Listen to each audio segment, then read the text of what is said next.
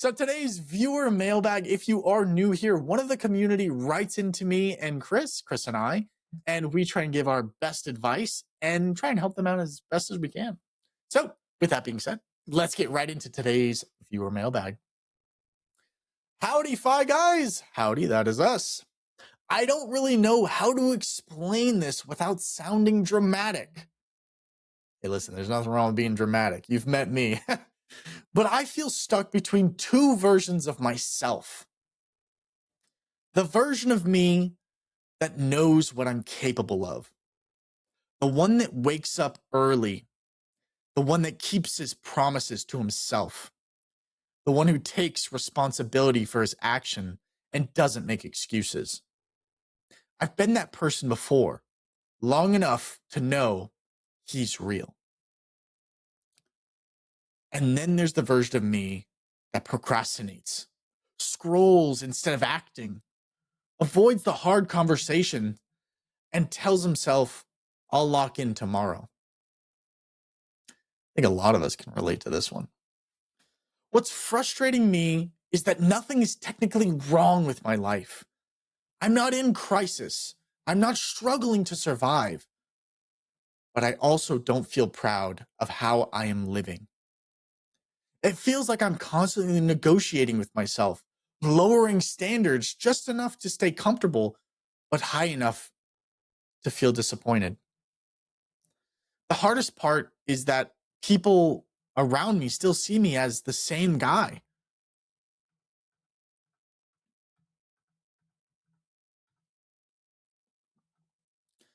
And when I try to change it, it almost feels like I'm betraying the version of myself that they're used to. Sometimes I wonder if it's easy to just stay the same old me, just so things don't get awkward. I guess my question is, how do I stop identifying with the version of myself that keeps holding me back and actually become the person I know I'm capable of without feeling like I'm pretending or abandoning who I used to be? Thank you for everything that you do. We appreciate you. From Anonymous. Well, how about that? That is a viewer mailbag that I think a lot of us can relate to. We know that we have such great potential. But the lure of social media, of being lazy, of being gluttonous, of being selfish has poisoned our entire way of life. You know, there was a few parts in here that I kind of want to go over in detail, actually, because it actually really hit home for me. Let me grab it real quick. Sometimes I wonder if it's easier to stay the same old me just so things don't get awkward. You'll end up hating yourself. Honestly, in my experience, you for someone like you, it sounds like you are the type of being that longs for change, that longs for more, that longs for more. Not necessarily more cars, more clothes, more XYZ, but to be more. You feel like your potential is greater than what you are. Not everybody has this. Not everybody has the love of growth, the love of the pursuit of more knowledge, more kindness, more love, more everything, more wisdom, right?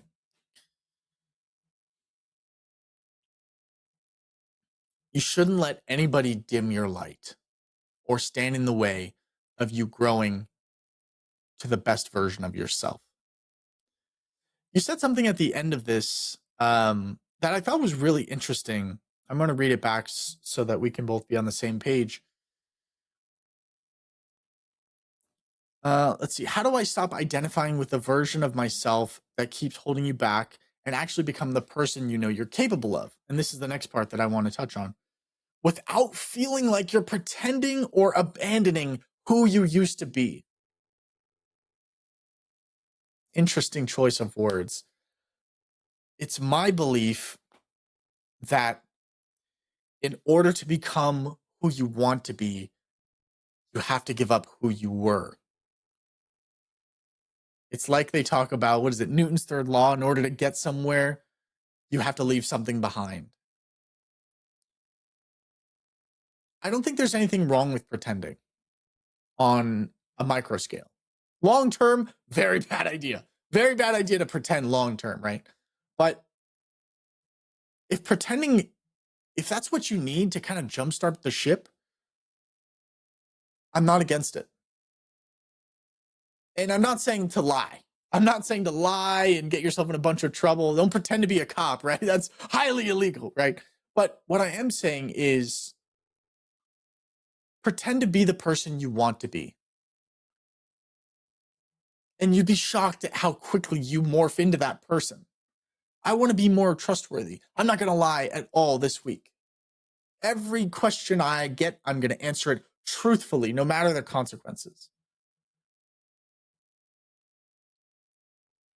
See how easy that is? See how difficult that is? It's a bit of both, right?